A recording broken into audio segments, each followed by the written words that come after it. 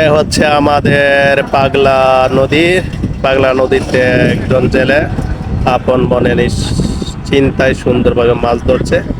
আজকে বিকালের আকাশটা অনেক ভালো এবং অনেক সুন্দর দেখার মতো। আকাশে কিছুটা গোলাটে মেঘলা থাকলেও হ্যাঁ, কিন্তু মনোরম একটা পরিবেশ।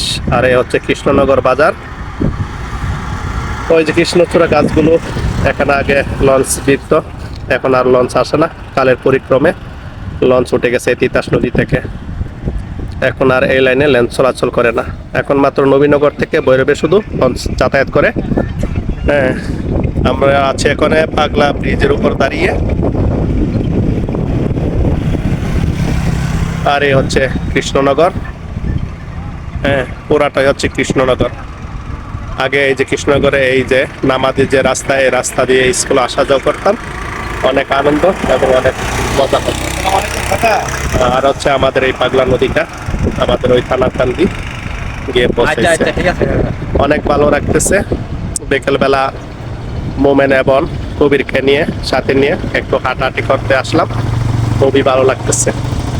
আর এই পাশে কচুরি পানা এসে জমা হয়েছে, অনেক সুন্দর লাগলো। আর এই যে ডেজারের নৌকাটা, রাস্তার কাজে ডেজার ব্যবহৃত নৌকাটাও চলে যাচ্ছে। এখন বর্ষার সময় মনে হয় রাস্তার কাজ আপাতত বন্ধ আছে।